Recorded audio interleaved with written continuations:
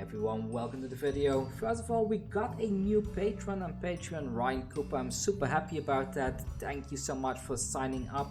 And not only has Ryan signed up to our Patreon, he has also made a very generous donation to the channel. I have the money locked onto my PayPal. I had a couple of other people that also made a donation among the winners from the giveaway that I did last week. So a big thank you to everybody that has been helping out. It's really appreciated, and I will be using the money to buy more stuff for giveaways and stuff like that, or in order to sponsor things like shipping costs to people around the world. Anyways, with that said, thanks again. Thanks to everybody donating. Thank you, Ryan, for the donation and signing up to the Patreon. And yeah, let's get into the game. Hey, what's up everyone? Welcome to today's video. I got a very fun game of Flesh and Blood for you all. I've been playing against Inabsentia and I am going to be recording this video afterwards. In the previous video I was kind of narrating while playing, and I feel it's a little bit messy because you need to type in stuff while playing at the same time, and it makes it a little bit hard to make things work in my opinion. So from now on I will just record these games and then just narrate them afterwards. In regards to the giveaway, and it's going quite well. I'm currently done sorting most of the cards, so you can expect stuff to be shipped out soon if you want something, and I will be putting the next giveaway up this week, so keep an eye out for that. I'm kind of looking what I can do to send stuff to everybody and kind of reduce the cost a bit. So if you have any bulk lying around that you don't use, please send it over so that I can go ahead and sort this into decks. But let's get into the game now and let's see. So I've attacked in with my Centauri Saber. It has +2 and go again because of the driving blade, which means that it is attacking in for 4 damage right there. I was waiting for Inabsentia to kind of figure out how they want to block this. This is still the first turn. Usually during the first turn everything is blocked, but Inabsentia decided not to block, and I kind of forgot at that time that that doesn't mean that the defense, that the damage go in right away, so I mentioned no attack reaction. And I was kind of wondering, like, on one hand I could pitch this Razor Reflex and then cast the other one, or I could save one for next turn. So there was a double no block though, so I felt it's probably better to try and get as much damage in right here as soon as possible. So I went ahead and put that Razor Reflex on there, bumping that Centauri Saber to 5 damage, and already having Benji down all the way to 8. I got slaughtered by Benji badly in the game before this. There were a lot of visual bugs and stuff like that, so I will not be showing that footage, but Inabsentia is an absolutely amazing player.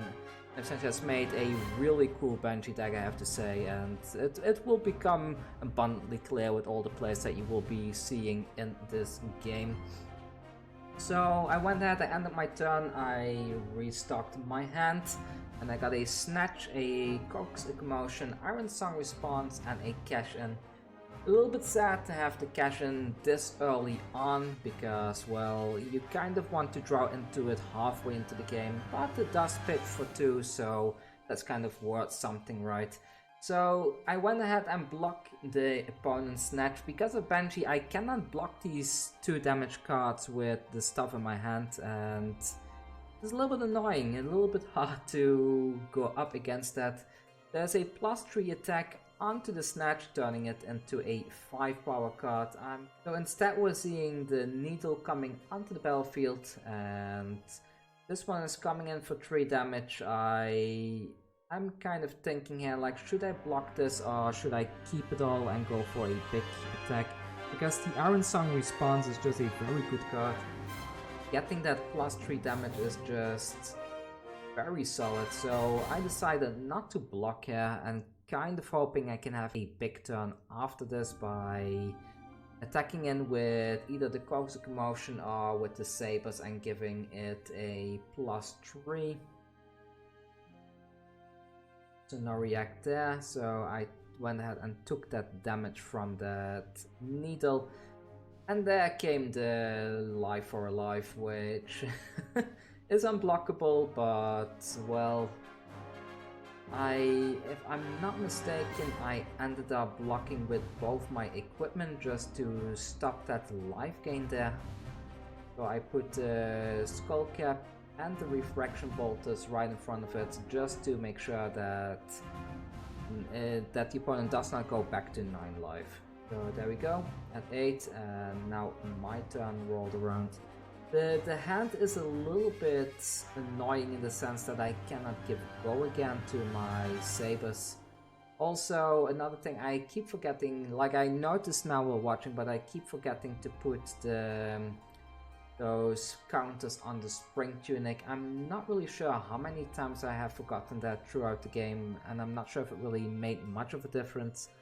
But I believe here I decided to try and go for a counter commotion and putting the Iron Song response into the arsenal in order to have it ready for next turn. In hindsight, I probably should have blocked the needle here with one of maybe my Iron Song response. Maybe taking that damage was a little bit too risky there. So we are seeing a double block. That's something you do like to see when up against this deck, and we do not get any of the effects. I would have loved to have gotten that Quicken token at least, but we do not. It is what it is. So that kind of ends the turn right there. Then for some reason I put that thing into the arsenal without thinking, and I went ahead and put it into the graveyard right away. So I was considering here, because on one hand I could put that Iron Song response into the arsenal, and I was a little bit stupid in the sense that I dragged it and kind of showed the opponent what I put there. I shouldn't have done that. I still feel the playing with the tabletop simulator is a little bit clunky. Maybe by showing that this kind of changed things away, that the opponent decided not to block with stuff from hand anymore to kind of stop me from utilizing that arsenal. I'm not sure, but it was a big mistake to not flip the thing in my hand first before showing it.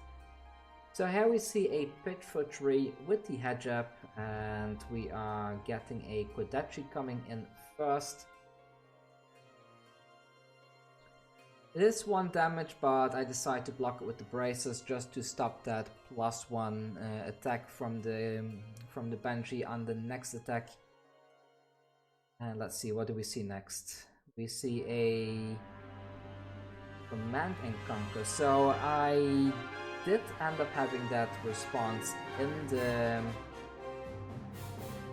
I did having that Iron Song in the arsenal, so I was a bit confused here as well if this thing has 7, because I was checking like the Benji is only unhit. I didn't really know about it at that time, so this comes in for 6.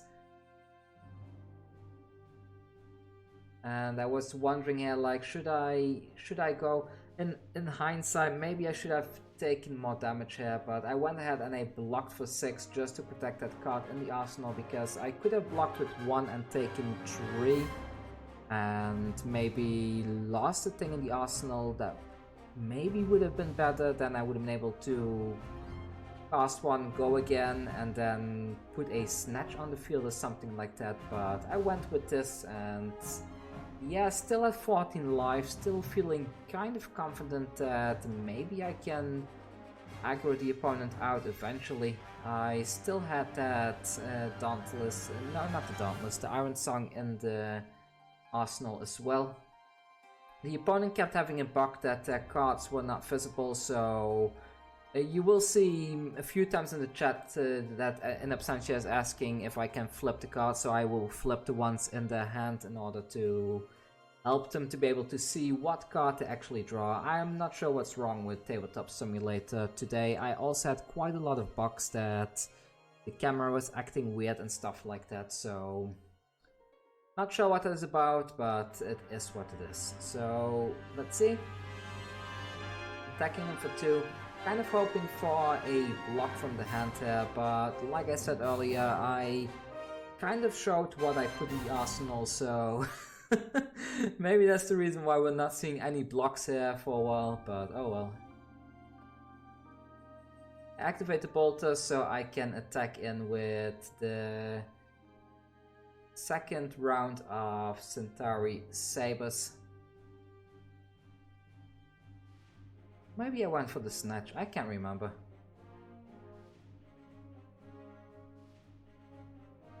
Yeah, I probably went with the snatcher. No, I did not. So I gave +1 to the Centauri Sabers and attacked in for 3. So the thing about this is if they block with an attack reaction, then it's a little bit hard for them because the Centauri Sabers will get a +1 attack, which means that this kind of has to be blocked by a defense reaction, or they need to block it with a card and also put like either 2 cards or an equipment in front of it. So what we're seeing here is a Razor Reflex coming down, and I wasn't sure if that one came out of the arsenal or out of the hand, so I had to verify a second. And the opponent said that yes, that one was indeed from hand. So now I have my chance to play that Iron Song response then, giving the whole thing +3.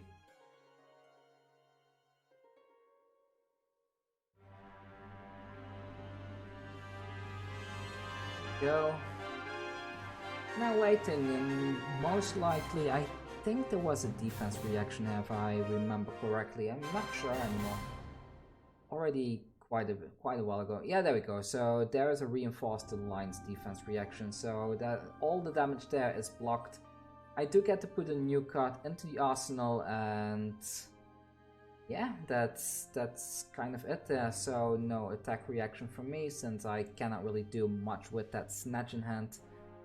I'm not sure, like the thing about this deck is that with the Snatch is a good card, but sometimes I feel it's a little bit hard to make things work with this card because it doesn't have Go Again naturally. Maybe the Refraction Bolters I'm using should be something like a Snapdragon Skills instead, because we do have plenty of ways to give the weapons Go Again with the Spoils of War and the Hit and Run, but we don't have many ways to give the like generic attack actions a means of Go Again. So here I draw an Enlightened Strike. On one hand I could play the Enlightened Strike for 7, but if I remember correctly I kind of wanted to utilize all those weapon buffs I had there. I was hoping maybe I could jank the opponent out in a way, like giving the +3 from the Sharpened Steel and then going for an Out for Blood together with that Iron Response as our pitch.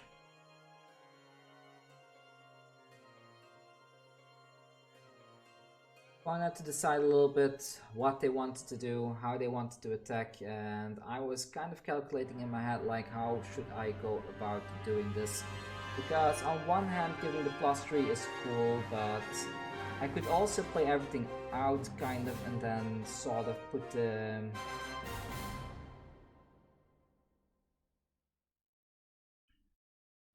like sort of keep the Enlightened Strike for the next turn or something like that. So we go down by 1 damage, we didn't block there. We see one thing going to Arsenal, and yeah, let's see.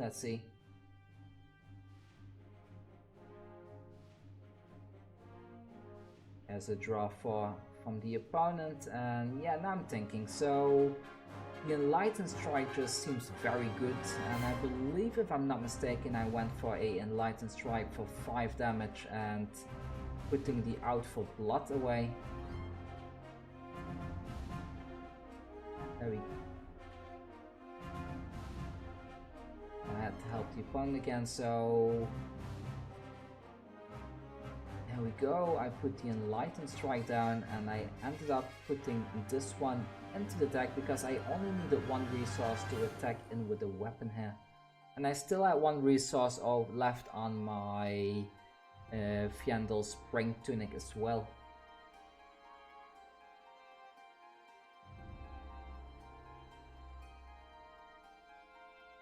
Another option here would be to just play the Snatch for 4 damage and kind of keeping all the buffs for next turn to have like one big turn next turn. I don't really recall what I ended up doing in the end. So we see a block for 3 here. That's quite good. And what else do we see?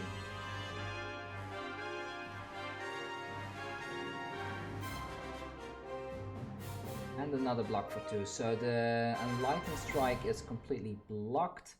We do have to go again, so next we can see what we want to do after this. I went ahead and I used the resource from the Candle Spring Tunic and put this thing onto the field. But by doing it like this, I could have played the Sharpened Steel here and kind of kept the Out for Blood, but by doing it like this, I was kind of hoping that maybe there were no blocks, like we see here, and then I could do the Out for Blood, but that didn't really work out either, so... Kind of thinking here, like, should I keep it, should I pitch this or not? I went ahead and I ended up pitching the... Sharpened Steel. The Tabletop Simulator was a little bit buggy again, so here we go, we pitched that one. Now we put that one on there, pushing that thing to 5 damage. Sadly, because we did not have a card from hand defending, but we got the opponent down to 1, and that's a very good spot to be in, because at this point pretty much any attack with the sabers is lethal, and I kind of liked seeing that. So there we go, I'm trying to move this copper token away. We refill the hand again. Alright, so we see a pitch for yellow and a attack for 1. Sadly, I cannot use the skull cap or the braces here. If I am not mistaken, I ended up blocking with the spring tunic just to stop that 1 damage there. There we go.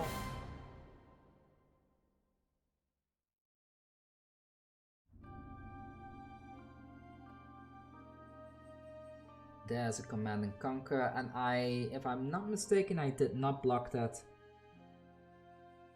Because I didn't have anything too great in the arsenal anyway, so I went ahead, I let that damage through, and I put that Snatch into the graveyard. And now it was going to be a very good turn for me, because I had the Spoils of War, I had the Sharpened Steel, so I would be able to push up the damage of these sabers quite a bit. The downside, however, was that at this point of time I only had red cards in my hand, so I had to pitch quite a few things in order to make this turn work. So I went ahead and I pitched a Snatch. I went and put the Spoils of War down. I also played the Sharpened... Did I? No. I'm mistaken. Like, I attacked in first, hoping that the opponent will kind of overextend with the blocks here. Maybe in hindsight this was a mistake. Let's see, this is 5... No, this is 4 damage now with Go Again. If I had put the Sharpened Steel down here as well, then it kind of forced a triple block in a way, I believe, so maybe I should have played the Sharpened Steel earlier on to make this attack even bigger. And then I would have still gotten an attack in with the second Centauri Saber, because we do have Go Again here, so I let the opponent know that I have 0 resources at this time. We didn't need more resources because the next Centauri Saber play was pretty much free here anyways. So we see a defense reaction. I did not expect that. I kind of thought that we would be seeing a double block here, which did not happen, unfortunately. I went ahead and put the Sharpened Steel down and went in with the second attack. This is 5 damage yet again. So I was at least hoping at this point that we would now see a double block. Well, we would see a double block regardless because of the defense reaction, but I don't know, like I was hoping for a very decent block here. Maybe with even more than 2 blocks, because a lot of the ninja stuff does have only 2 defense, so yeah, waiting a bit, seeing how this turned out, how the opponent eventually decided to block here, and let's see.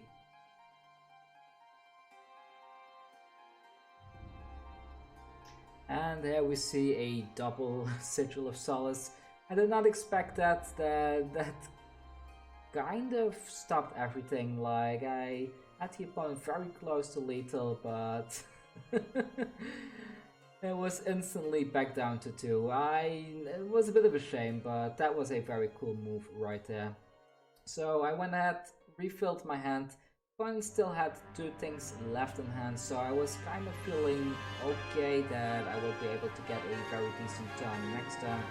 I got a very weird hand turn, like I could Enlighten Strike for 7 next turn, which would really represent lethal, but I kind of wanted to get several hits with these weapons in first. So we see an attack with Life for Life coming in here. It's a unblockable attack. Unfortunately, I can't really block anything here because I have my skull cap. My life total is higher, so my skull cap has 0, so does the Brave Forge Bracer, so kind of couldn't do anything here. Means that the opponent will go back to 3 by attacking in here, and still 1 resource left, and here comes a needle in for 3, I believe. Here I was thinking, like, should I use this one to defend? Maybe in hindsight it was a bit of a mistake to block here, because if I didn't, I could have used something like a Driving Blade as a pitch in order to play the second Driving Blade, and that way I would have been able to have 2 attacks with the sabers and then still have an Enlightened Strike for 7 after this. I think that could have won me the game here, but unfortunately I made the kind of stupid move to block that one there to kind of stop the damage. And yeah, I should not have done that. I still took 1 damage from the... I still took the 2 damage from the Life and Life. I wasn't sure if I had taken those earlier. I will go back in the footage and check in a while because I couldn't remember, but I should not have pitched the... I should not have used that Driving Blade there to defend with, because now the hand suddenly became super awkward. I could have had a very good turn here. Like, I could have pitched the Driving Blade, played the second one, attack with the saber, attack in with the second saber, and then Enlightened Strike for 7. That would have probably been okay. Actually, no, I couldn't. No, let's see. So I could have Driving Blade, played the yellow one, attacked with the saber, then used the Enlightened Strike for 5 and go again, and then attacked in with another saber. How much damage would that have been? So let's see, that would have been 4 damage for the first attack, then another 5, and then another 2. I think that would have made all the difference here. I just played very poorly there, so I do get to attack in with the sabers here still, but it's not great. It's it did not work out in my favor here because of it.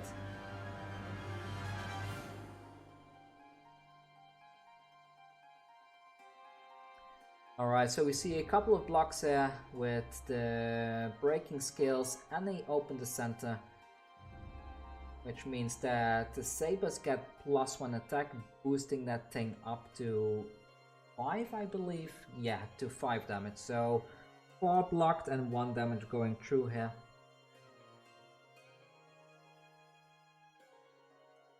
And then because I played my hand so poorly by blocking in the previous turn, I believe the next thing I did is to pitch the Enlightened Strike in order to attack in with the Centauri Sabers. So, well, not to attack with the Centauri Saber, in order to activate the Brave Forge Bracers, because with the Brave Forge Bracers, the opponent would need to block regardless. By doing so, if there was somehow a block from the hand, then that meant that there would need to be 2 blocks at least. Also, by doing it like this, it kind of forces a block with the Mass of Momentum at least, or the Fiandal Spring Tunic, which makes a long chain in their turn a little bit less likely. But yeah, I kind of wonder how it would have played out if I had kind of done it properly with the Enlightened Strike and not simply had to waste it as a resource like this. So we do see a block with the mask. 1 damage still going through though, since we are attacking in for 3 here.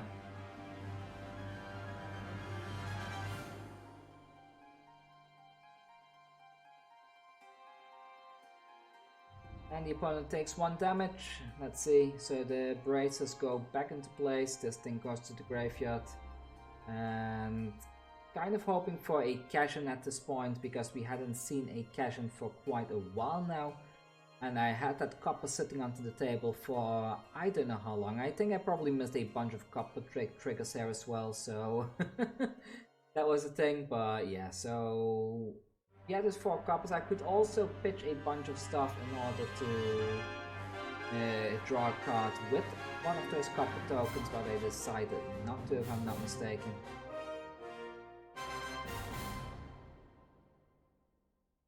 Now we see an attack coming in for 2. Sadly unblockable, since there's nothing in my hand that can react with that or interact with that. So we take that 2 damage. Next, what do we see?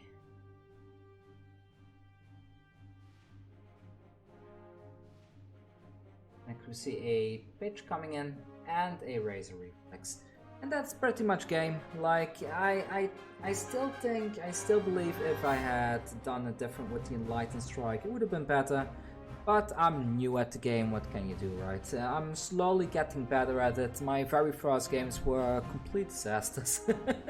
I'm still, like, the flow of Flesh and Blood is very different from games like Magic the Gathering, and there's a much higher learning curve in this, I believe. And yeah, but it's good. It's nice to play a game that you're bad at. Does that make sense? Like some games when you already kind of figured out the meta, figured out all the plays, and you kind of know what to play and when to play it, the game becomes a little bit less fun in a way. But yeah, I had fun in this game, and I'm really looking forward to playing more games with Inabsentia. Also, if you haven't already, please hit that subscribe button. I promise I will get better at the game. I'm sorry for the mistakes I make here and there, but it's just part of my learning process. If you want to play against me and so I can record some videos to put on the channel, please feel free to reach out to me. Also, feel free to join the Discord. And if you're interested in the giveaway that's starting next week or so, I may be doing a couple of different giveaways. Like on one side I want to be giving some Majestics and Supers away, maybe even a Legendary or 2. And I want to be giving away more starter decks, but I'm waiting for some bulk to come in from people that promise to send stuff in, so we need to wait a bit for that. Also, if you want me to open a booster box on the channel for you, one of the ways that we could do it that would actually benefit other people as well is, like, if you buy a booster box from me, what I can do is I will open the box on the channel and then I will send you all the Super, Majestics and Legendaries or even Fables by mail, which shouldn't cost me much since it will be just an envelope and the shipping cost will be quite little. And then if I can keep the bulk from those boxes, I can turn those into little starter decks to send out to other people that cannot really get a hold of cards like that. If you're interested in joining into something like that, feel free to reach out to me, because I want this game to get into the hands of many more people. Otherwise it might just I don't know, I want it to get as popular as possible. So if you want to help out like that, we can maybe help each other in that way. So feel free to reach out to me, especially if you're living in a place that doesn't really have Flesh and Blood boxes. Maybe that's a way for you to get a hold of some product. Anyways, thanks everyone, thank you for watching. Don't forget to thumbs up the video, leave a comment down below, tell me what mistakes I made so I can learn to become a better player, and see you all soon. Take care.